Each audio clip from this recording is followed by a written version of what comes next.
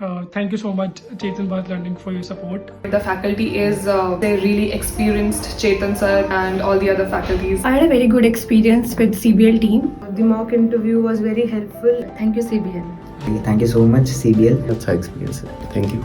Come to CBL for your HCS preparation. They have helped me through prelims, mains and now interview. 21 मई को होने वाले Haryana HCS के prelims exam के लिए जो सबसे इम्पॉर्टेंट चीज़ अब हम कर सकते हैं वो है मैक्सिमम MCQ प्रैक्टिस। आपको अपनी नॉर्मल रिवीजन भी MCQ प्रैक्टिस के थ्रू ही करनी चाहिए। चेतन भारत लर्निंग में हम स्टूडेंट्स को डेली 3 पोर्शंस में MCQ प्रैक्टिस करवा रहे हैं।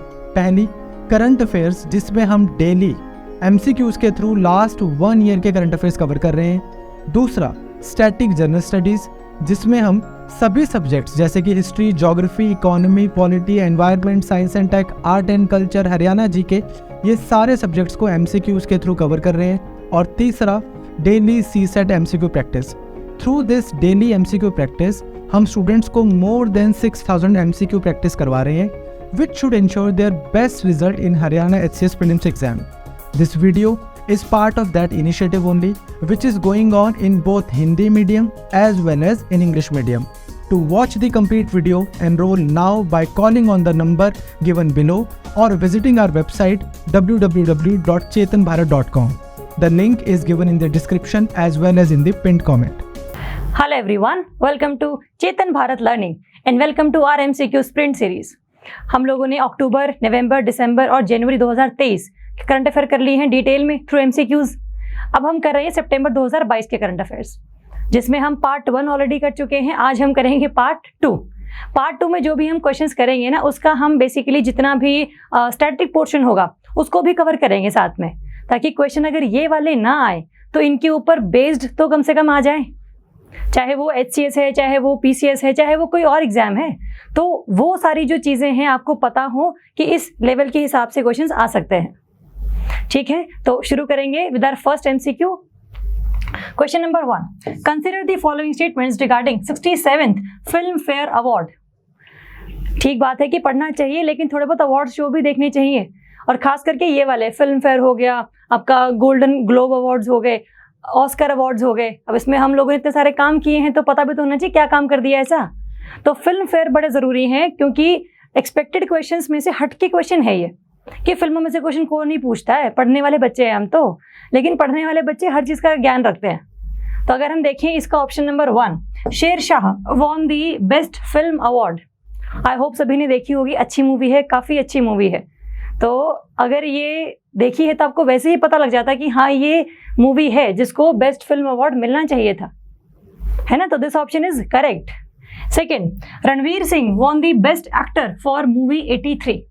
ये मूवी भी काफ़ी अच्छी है, एक्टिंग भी बहुत ज़बरदस्त है रणवीर सिंह की, तो इनको भी ये अवार्ड दिया गया है। लेकिन क्वेश्चन में सिर्फ और सिर्फ ओवरऑल फिल्म या ओवरऑल एक्टर पर क्वेश्चन ना में भी आए, तो इसमें जितने भी अवार्ड्स मिले हैं जो मेजर इंपॉर्टेंट हैं हमारे लिए, वो पता होने चाहिए हमें। अगर हम इस क्वेश्चन की बात करें तो पूछा गया है आप लोगों से करेक्ट ना, तो दोनों ही करेक्ट है। आंसर क्या है आपका? C, बोथ 1 and 2, है ना। जब C बोथ 1 and 2 है, लेकिन इसके अलावा भी हमें पता हो कि बेस्ट फिल्म हो गया शेरशाह, पॉपुलर कैटेगरी है। Best director Vishnuvardhan for Shershaah. अब जो बेस्ट मूवी है उसके डायरेक्टर को ही तो सबसे अच्छी डायरेक्टर की अवार्ड मिलेगा, है ना, तो वो भी इंपॉर्टेंट है।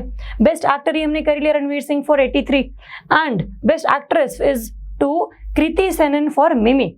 ये मिमी मूवी है जिसमें सरोगेसी जो एक्ट है वो काफ़ी अच्छे समझाया हुआ पूरी मूवी में, तो आप इसको भी देख सकते हैं हल्का सा पेपर के पर्सपेक्टिव से भी और एंटरटेनमेंट के पर्सपेक्टिव से भी, है ना। लास्ट है आपका Filmfare lifetime achievement award.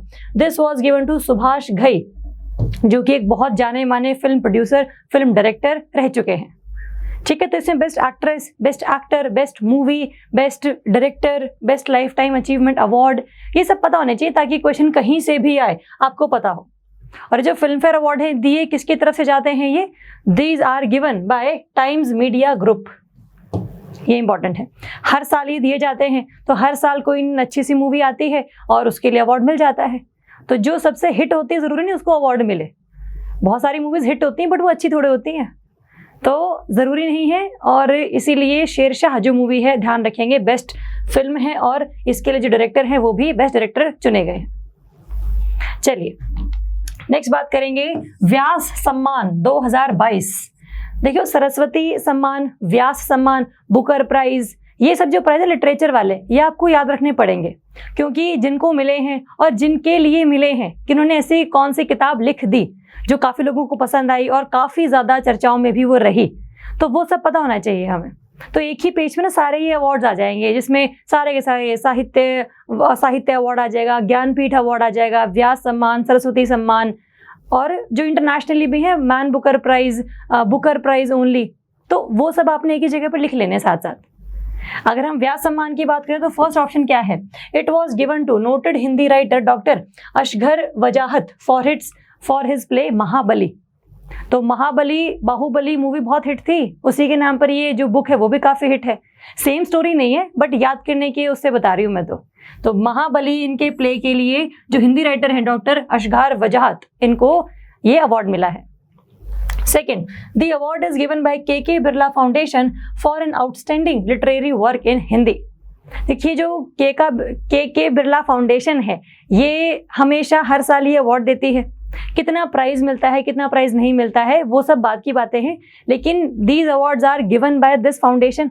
और इस बार ये अवार्ड किसको मिला है, इनका नाम अपने ध्यान रखना है, किसके लिए मिला है ये भी ध्यान रखना है। ऑप्शंस अगर हम देखें, पूछा क्या है आप लोगों से, करेक्ट ना? दोनों ही करेक्ट हैं। आंसर क्या होगा आपका? सी, बोथ 1 and 2। ये इंपॉर्टेंट है।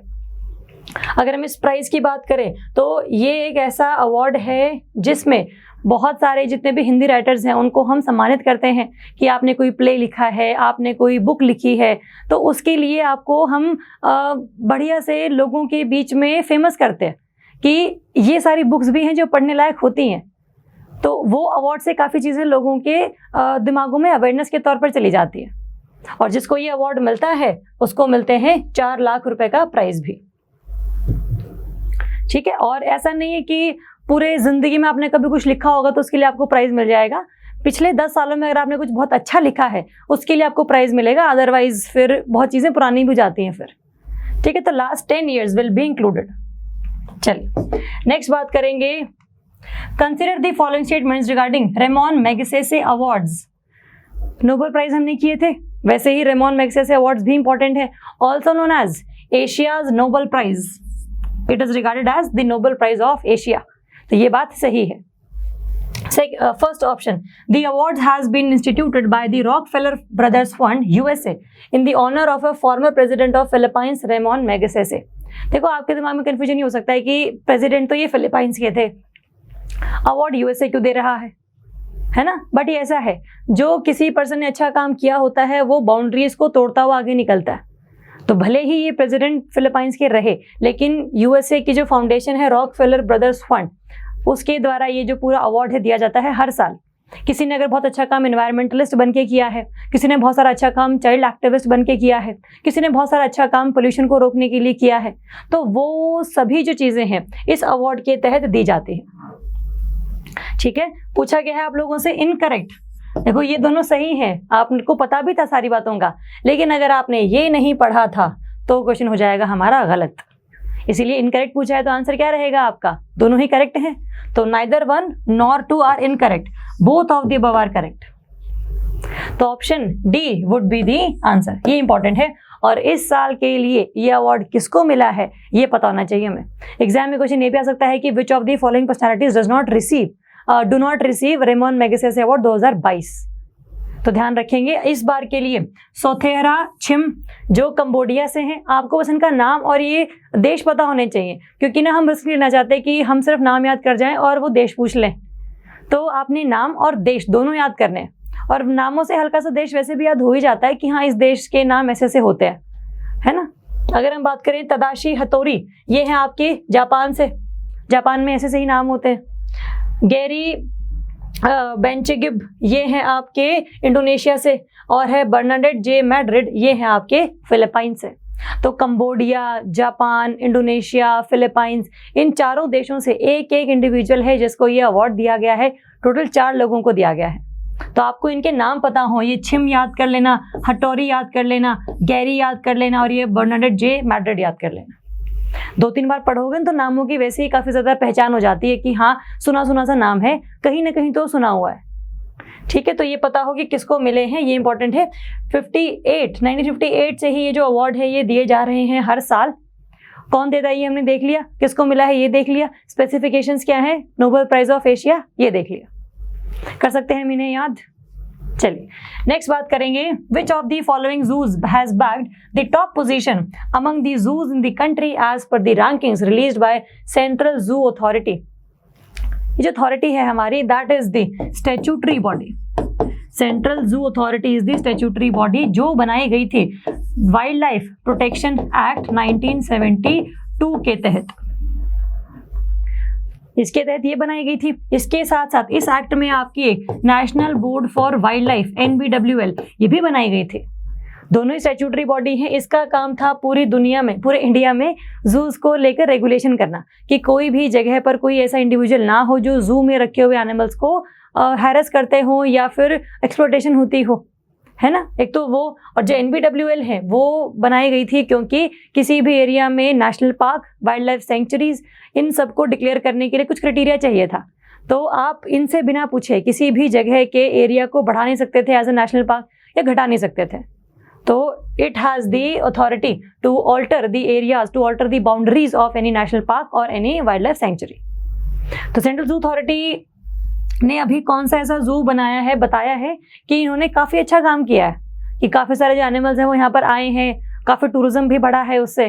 तो उसके रिगार्डिंग क्वेश्चन है। Option number 1 Padmaja Naidu Himalayan zoological park west Bengal, Chennai zoo Tamil Nadu, Mysore zoo Karnataka या फिर none of the above. Answer है इसका A, Padmaja Naidu Himalayan zoological park, zoological zoo आपका वेस्ट बंगाल वाले एरिया में है। ठीक है, तो ये ध्यान रखेंगे, ये इंपॉर्टेंट है। और ये एक ऐसी जू है जो काफ़ी ज़्यादा जो इंपॉर्टेंट स्पीशीज़ हैं उनको रखती है। फॉर एग्जांपल आपके सारे के सारे red panda, Himalayan black bear, snow leopard, Tibetan wolf, तो काफ़ी सारे जो स्पीशीज़ हैं इंपॉर्टेंट वाले वो यहाँ पर देखने को मिलते हैं आपको। सबसे पहले नंबर पर 1 वो है, और उसके बाद जो चेन्नई और मैसूर है वो 2nd और 3rd पर भी हैं। तो Chennai is at 2nd number and Mysore is at 3rd number, ये इंपॉर्टेंट है। ठीक है, तो जूज में सारा टूरिज्म हो गया, नंबर ऑफ स्पीशीज हो गया, रेगुलेशन हो गया, मैनेजमेंट का पर्सपेक्टिव हो गया, इन सब को लेकर किसी भी जू को हम लोग अवार्ड देते हैं। इस बार ये वेस्ट बंगाल के पद्मजा नायडू नेशनल पार्क को मिला है। चलिए नेक्स्ट बात करेंगे, consider the following statements regarding 36th national games. ये हमने पहले भी किया हुआ है, हम ना तभी ऐसे आगे से पीछे जा रहे हैं क्योंकि ये ना आइडिया से लग जाता है कि हाँ नेशनल गेम्स हो चुके हैं, जीता कौन था ये मैंने बता चुकी हूँ आप लोगों को। तो वो भी आपके लिए होमवर्क है कि आपको पता हो कि मेडल टैली में कौन सा जो कैटेगरी है वो सबसे टॉप पर रही है। क्या वो महाराष्ट्र है, क्या वो सर्विसेज हैं, क्या वो कर्नाटका है ना। तो वो पता होना चाहिए हमें कहाँ पर ये हुए थे। गुजरात में अगर थे तो गुजरात में कितनी जगहों पर ये हुए थे, फाइनल कहाँ पर हुआ था, तो जो सेरेमनी है वो कहाँ पर हुई थी, ये सब हम पहले कर चुके हैं। आपको इसको रिवाइज करना है साथ साथ। ऑप्शन नंबर 1 इसका क्या कहता है, The mascot is named Savaj, which means little lion in Gujarati। जैसे नॉर्मली हम अलग अलग लैंग्वेजेस में अलग अलग चीज़ें बोलते रहते हैं, तो छोटे लाइन को हम बोलते हैं सवज। तो क्या ये मैस्कॉट था इसका? था। ये आपने कितने सारे फोटोज, कितने सारे वीडियोस देखे होंगे जिसमें वो एक छोटा सा शेर जो है वो नाच रहा होता है, और एशियाटिक लायन है ये, क्योंकि गुजरात में ही तो मिलते हैं जनरली ये गिर फॉरेस्ट एरिया में, तो इसीलिए सवज को एज ए ऑफिशियल मैस्कॉट लिया गया था। Second, the anthem is based on the theme of एक भारत श्रेष्ठ भारत। ये स्कीम एक ऐसी स्कीम है जिसमें हम अलग अलग स्टेट्स को ना कंपेयर करते हैं और उनको हम इकट्ठे लेकर आते हैं कि चेन्नई की तमिलनाडु को हमने झारखंड से मैच कर दिया, तो तमिलनाडु के स्कूल में पढ़ने वाले जो बच्चे हैं वो झारखंड जाएंगे so that they can learn about the language, about the cuisine, about the culture, about the food habits, about the lifestyle of Jharkhand people. और सेम ऐसा ही झारखंड वाले स्कूल में पढ़ने वाले जो बच्चे हैं वो तमिलनाडु में आएंगे। तो इससे होता है क्या ना, पूरा भारत एक यूनाइटेड रहता है। तो यही थीम भी है इसकी कि एक भारत श्रेष्ठ भारत, और स्पोर्ट्स जरिया सबसे बेस्ट है अगर आपको किसी को पास लेकर आना है तो। ठीक है। Third, the theme of the games is celebrating unity through sports. वही कि गेम्स के थ्रू यूनिटी लाना बहुत ईजी होता है ना। गेम में एक जो स्पोर्ट्समैनशिप होती है वो काफ़ी ज़्यादा लोगों को करीब लेकर आती है। तो थीम भी पता हो हमें, एंथम भी पता हो, ऑफिशियल मैस्कॉट भी पता हो और सबसे टॉप पर कौन रहा वो भी पता हो। ऑप्शन पूछा क्या है करेक्ट, तो सारे ही करेक्ट हैं। आंसर होगा आपका D, all of the above. ये इंपॉर्टेंट है। गुजरात में ये अगर हुए हैं तो गुजरात में अहमदाबाद, गांधीनगर, सूरत, वडोदरा, राजकोट और भावनगर, इन सभी पर हुए हैं। ये इंपॉर्टेंट है, ठीक है। Next, consider the following statements regarding international day of clean air for blue skies. अगर बढ़िया आसमान नीला दिख रहा है आपको, इसका मतलब ठीक ठाक पोजीशन है। अगर आसमान दिख ही नहीं रहा, धुआं धुआं ही है, इसका मतलब क्या है, पोल्यूशन है ज्यादा। तो क्लीन एयर का होना और ब्लू स्काईज का होना एक ही बात है। तो international day for of clean air for blue skies का ऑप्शन नंबर 1 क्या कहता है, it is to be celebrated on 7th of September every year. देखिए ये जो डे है ना बहुत इंपॉर्टेंट है। सीधे क्वेश्चन आते हैं कि यहाँ डे लिखा होगा, यहाँ डेट्स लिखी होंगी, तो 4 दिए होंगे, पूछेंगे आपसे कि ABCD को मार्क कर दो। और हरियाणा में और पंजाब में और बाकी EPFO वाले पेपर्स में तो बहुत ज़्यादा होता है ये। UPSC में ना भी पूछे ऐसे क्वेश्चंस, बट ये स्टेट लेवल के क्वेश्चंस तो ऐसे ही बनते हैं जनरली। तो 7th September को ही मनाते हैं हम। Second, the theme selected for this year is the air we share, कि कोई एयर किसी की नहीं है, सारी एयर सभी की है। तो अगर आप पोल्यूट करोगे तो अगले वाला भी दुखी होगा, और अगर आपने ही पोल्यूट किया है तो फिर आप भी दुखी होंगे अल्टीमेटली। सांस तो आपने भी लेना है ना। ऐसा तो नहीं है कि दूसरे के लिए पोल्यूशन करके आप आराम से बिना सांस लिए जीवित रह जाएंगे। तो एयर जो है वो शेयर की जाती है, तो उसको बचाने के लिए रिस्पॉन्सिबिलिटी सबकी है, ठीक है। तो ये बात भी सही है। पूछा क्या है इनकरेक्ट, देखो सब पता होते हुए भी अगर ये ना देखा होता तो आंसर गलत मार्क हो जाता। तो दोनों ही सही है, तो आंसर क्या रहेगा आपका D, neither 1 nor 2। United Nations के द्वारा ये डे मनाया जाता है, इसकी थीम पता हो, और नाम से ही वैसे क्लियर है कि pollution is harmful for the health, इसलिए बचाने के लिए, इसको बचाने के लिए थोड़ा सा हमें एक्स्ट्रा एफर्ट्स लगाने पड़ते हैं। चलिए next, consider the following statements regarding Hindi दिवस। देखिए एक तो होता है आपका नेशनल हिंदी दिवस, एक होता है आपका वर्ल्ड हिंदी दिवस। दोनों अलग अलग हैं और दोनों को मनाने के अलग अलग डेट्स भी हैं। तो ऑप्शन नंबर 1 क्या कहता है, नेशनल हिंदी दिवस is celebrated on 14th of September। जो हमारा राष्ट्रीय हिंदी दिवस है वो कब मनाया जाता है, 14th of September को। हम मनाते कितने जोरों शोरों से, ठीक है, तो ये बात सही है। Second, world Hindi day is observed on 10th of January। World Hindi day का मतलब है कि हम सिर्फ इंडिया में ही नहीं बल्कि पूरे वर्ल्ड में हिंदी को हम प्रमोट करना चाहते हैं, और इसके लिए हमें क्या करना पड़ेगा, कैंपेन्स चलाने पड़ेंगे, अलग अलग कंट्रीज में हिंदी लैंग्वेज को प्रमोट करने के लिए क्लासेस देनी पड़ेंगी, कंट्रीज से हमें कोलैबोरेशंस करनी पड़ेंगी कि हम आपके स्कूल्स में हिंदी पढ़ाने आएंगे, तो बच्चों को हिंदी भी पता हो इंग्लिश के साथ साथ। तो वो सारी जो चीज़ें हैं वो इसके अंदर होती रहती हैं, और ये 10 जनवरी को ही हम लोग मनाते हैं क्योंकि 1975 में इसके दिन ही जो नागपुर डिक्लेरेशन है वो की गई थी, जिसमें हिंदी को पूरे वर्ल्ड लेवल पर प्रमोट करने की हम बात कर रहे थे, ठीक है। पूछा क्या है करेक्ट, दोनों ही करेक्ट है। नेशनल अलग है, वर्ल्ड अलग है, ध्यान रखना इंपॉर्टेंट है, ठीक है। Option number C, both 1 and 2, ये इंपॉर्टेंट है। और हम लोग 1949 से ही जो नेशनल हिंदी दिवस है वो मनाते हुए आ रहे हैं, क्योंकि हम लोगों ने इसी ही दिन जो हमारी देवनागरी स्क्रिप्ट में लिखी हिंदी लैंग्वेज का जो ऑफिशियल लैंग्वेज थी वो हम लोगों ने अडॉप्ट करी थी, तो इस दिन ही की थी, तो इसीलिए हम इसको इस दिन राष्ट्रीय हिंदी दिवस के रूप में मनाते हैं, ये ध्यान रखेंगे। और वर्ल्ड हिंदी डे में हमने देखी लगे 75 में जो हिंदी कॉन्फ्रेंस हुई थी नागपुर वाले एरिया में, वहाँ पर हम पहली बार हम लोगों ने पूरे वर्ल्ड में हिंदी को फेमस करने के लिए काम करने की शुरुआत करी थी। चलिए next, consider the following statements regarding world ozone day. Ozone एक ऐसी गैस है जो जनरली आपको मिलती है स्ट्रेटोस्फीयर में। अगर हम ग्राउंड पर हैं तो ग्राउंड से अगर आप 15 से 35 किलोमीटर ऊपर की तरफ जाओगे तो यहाँ पर आपको ओजोन की जो कॉन्सेंट्रेशन है वो मैक्सिमम मिलेगी, ठीक है। तो एक तो ये पता हो हमें। First, it is celebrated on 15th of September। देखो ओजोन हमें बचानी क्यों है, क्योंकि ओजोन गैस अगर ना हो तो सन की तरफ से आने वाली जो यूवी लाइट है वो धरती के सरफेस पर आ जाएंगी, वो हमारी स्किन पर टकराएंगी, हमें स्किन कैंसर हो जाएगा। पौधों पर टकराएंगी तो उनकी हाइट छोटी हो जाएगी, है ना। तो इस वजह से ओजोन हमें चाहिए होती है, क्योंकि वो आने वाली यूवी लाइट को अब्जॉर्ब कर लेती है, ठीक है। तो इसी दिन हम मनाते हैं 16th of September को मनाते हैं हम ये वाला डे, 15th नहीं है, तो this option is wrong. Second, the day commemorates the signing of the Montreal Protocol on substances that deplete the ozone layer in 1987। 1987 में we sign the Montreal protocol, जिसमें ये बोला गया था कि 2030 तक आते आते जितने भी आपके ओजोन डिप्लीटिंग सब्सटेंसेस हैं उनको हम ख़त्म कर देंगे। और हमने ये भी बोला था कि जितने भी CFCs हैं और जितने भी HCFCs हैं उनको हम रिप्लेस कर देंगे बाय HFCs, हाइड्रोफ्लोरोकार्बन्स। ठीक है, तो CFC और HCFCs को HFC से रिप्लेस करने का जो पूरा इनिशिएटिव है वो लिया गया था मॉन्ट्रियल प्रोटोकॉल में। और अब तब से लेकर अब तक बहुत सारी कंट्रीज ऐसी हैं जिन्होंने ये टारगेट अचीव भी कर लिया है, India being one of them. तो इंडिया ने भी टारगेट अपना अचीव कर लिया है। लेकिन अब हमें ये लग रहा है कि जो किगाली एग्रीमेंट हमने किया था 2016 में, उसमें ये बोला गया कि अगर HFC, ठीक बात है कि ओजोन को डिप्लीट नहीं करती, लेकिन ये ग्लोबल वार्मिंग करती है, तो अब ये भी मत यूज़ करो। तो अब इसका जो अल्टरनेटिव है वो हम खोज रहे हैं, ताकि HFC हम ना यूज़ करें, जिससे कि ना तो हमारी ओजोन गैस डिप्लीट हो और ना ही हमारी जो ग्लोबल वार्मिंग है वो बढ़े। तो इस दिन ही हमने ये सब डिसीजन लिया था 87 में कि ODS को हम ख़त्म कर देंगे।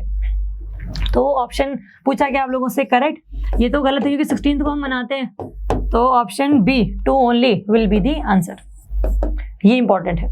और साथ में इसमें ना कई सारे 6 गैसेस वगैरह थी, जिसमें इसमें हेलोन्स हो गए मॉन्ट्रियल प्रोटोकॉल में, आपका CHCl3, आपका कार्बन टेट्राक्लोराइड है ना, इसमें CFCs, HCFCs, ये सारे CH3Br है ना, ये सारी जो चीज़ें थी ये आपका मॉन्ट्रियल प्रोटोकॉल के अंदर हम लोगों ने लिखी थी कि हम कम से कम इनको तो ख़त्म करने की कोशिश करेंगे।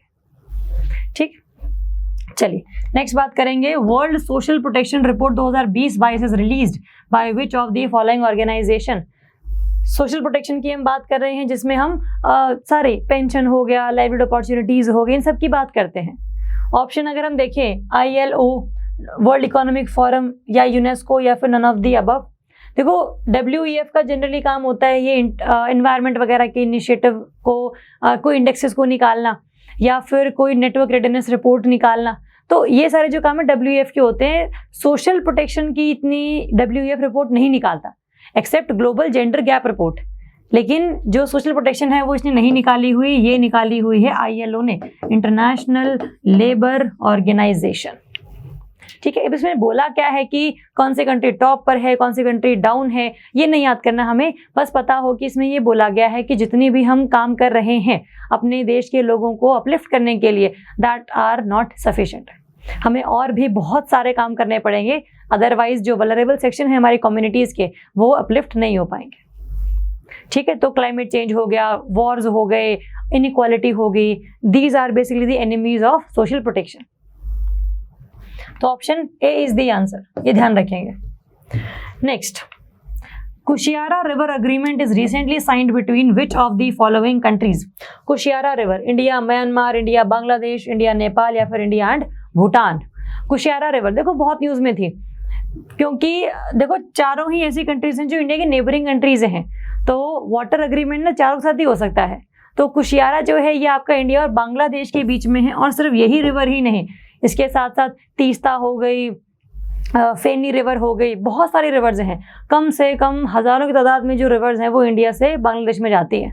तो बहुत सारी अमाउंट में रिवर्स हैं, उसमें से Kushiyara is one of them, जिसका रिसेंटली एग्रीमेंट साइन किया गया कि डेटा जो है वाटर का वो शेयर किया जाएगा, कि फ्लड आ जाए, ड्रॉट आ जाए, पानी का लेवल ज़्यादा हो जाए, कम हो जाए, सब पता तो हो ना, हमें तैयारी तो करके रखें, बांग्लादेश भी और इंडिया भी।